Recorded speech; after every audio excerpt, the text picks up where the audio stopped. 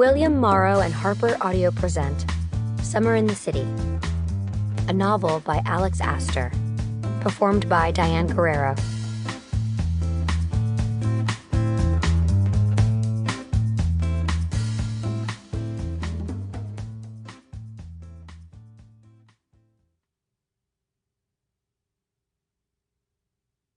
For my love, you make every day feel like summer.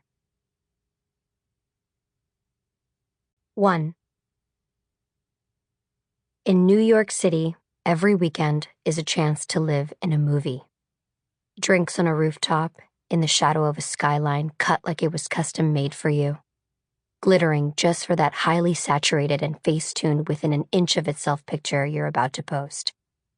Dinner, seated next to a celebrity who doesn't touch any of their food and loudly discusses gossip about a movie star that might make you choke on your gin and tonic. A party with drugs that look like pieces of candy, spread across a marble table in a penthouse that has back rooms for the staff and a Pilates studio as big as your studio apartment.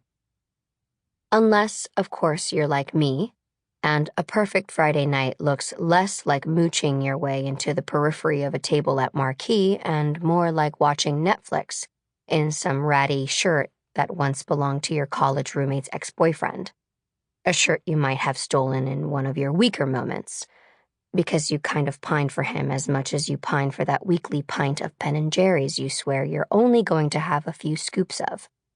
Truly believing in your self-control, right up until the spoon bluntly hits the cardboard at the bottom. Sorry.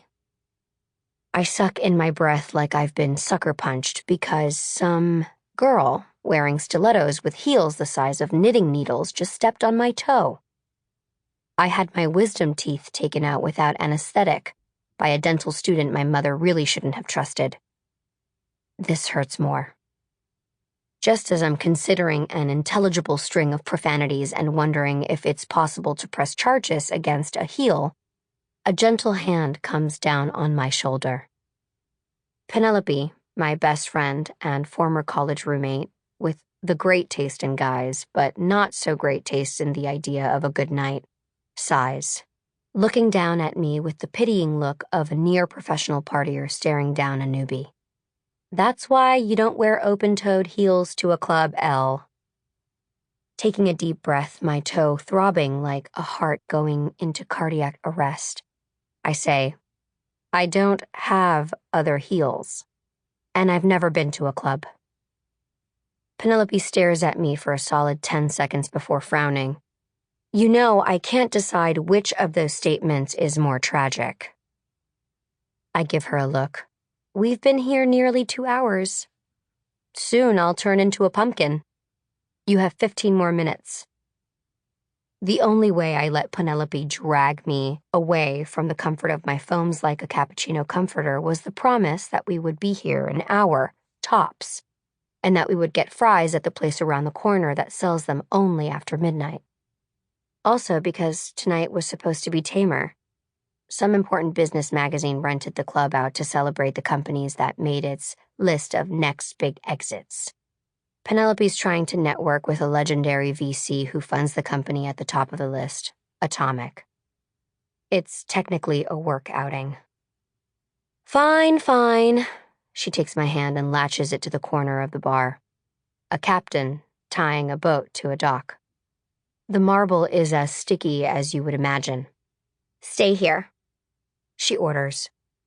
Then she seamlessly braids herself within the crowd with the ease of someone who has memorized the mazes of New York City's dark, sweaty, sticky underground.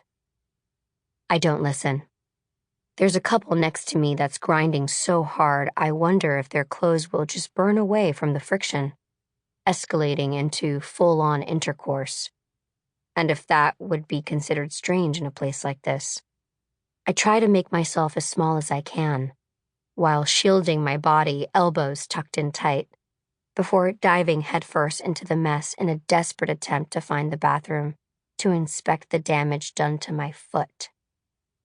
As quickly as I'm sucked in, I'm spit out of the crowd, deposited into a far, Sample complete. Ready to continue?